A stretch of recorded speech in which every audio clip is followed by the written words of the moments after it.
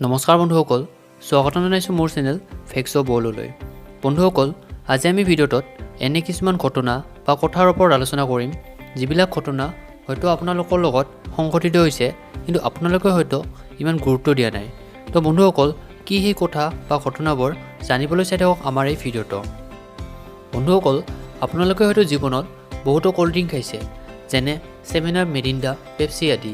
এই ক'ল্ড ড্ৰিংকসমূহৰ বটলবোৰ যেতিয়া আপোনালোকে জোকাৰি দিয়ে, তেতিয়া হয়তো আপোনালোকে নিশ্চয় দেখিছে যে বটলটোত থকা ক'ল্ড ড্ৰিংকখিনি বটলটোৰ ওপৰলৈ উঠি অহা। আচলতে বন্ধুসকল, কিয় এনেকুৱা হয়? বন্ধুসকল, এই ক'ল্ড ড্ৰিংকসমূহৰ বটলবোৰত কাৰ্বন ডাই অক্সাইড গেছ ভৰাই দিয়া হয়, আৰু ই যেতিয়া পানীৰ সংস্পৰ্শত আহে তেতিয়া ক'ল্ড ড্ৰিংকখিনি ওপৰলৈ উঠি যোৱা পৰিলক্ষিত হয়। বন্ধুসকল, আপোনালোকে হয়তো পূজা বা মেলাত নিশ্চয় দেখিছে যে কিছুমান বেলুন ওপৰলৈ উৰি থকা। বন্ধুসকল, আপোনালোকে জানেনে এই বেলুনবোৰ কি কাৰণত ওপৰলৈ উৰি থাকে? যদি আপোনালোকে এই বিষয়ে আগতে জানিছিলে তেন্তে তলত কমেণ্ট কৰি নিশ্চয় জনাব। বন্ধুসকল, আচলতে এই বেলুনবোৰত হিলিয়াম গেছ ভৰাই দিয়া হয়, যাৰ বাবে বেলুনবোৰ ওপৰলৈ উৰি থাকে। বন্ধুসকল, আমি হিলিয়ামৰ পৰিৱৰ্তে বেলুনবোৰ যদি হাইড্ৰজেন গেছ সুমুৱাই দিওঁ, তেতিয়াও এই বেলুনবোৰ ওপৰলৈ উৰিব।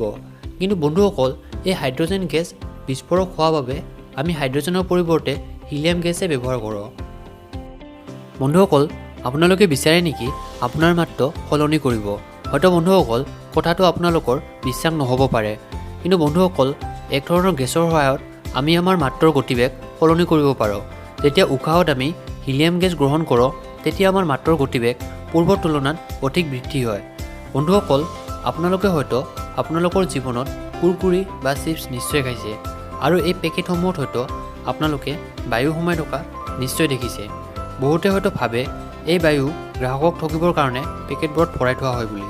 আচলতে বন্ধুসকল, যেতিয়া এই কুৰকুৰি বা চিপছৰ টুকুৰাবোৰ অক্সিজেনৰ সংস্পৰ্শত আহে, তেতিয়া এই কুৰকুৰি বা চিপছবোৰ লাহে লাহে বেয়া হৈ গোন্ধাবলৈ আৰম্ভ কৰে, যাৰ বাবে বন্ধুসকল, এই পেকেটবোৰ অক্সিজেনৰ সংস্পৰ্শৰ পৰা দূৰত ৰাখিবলৈ পেকেটবোৰত নাইট্ৰজেন গেছ ভৰাই থোৱা হয়।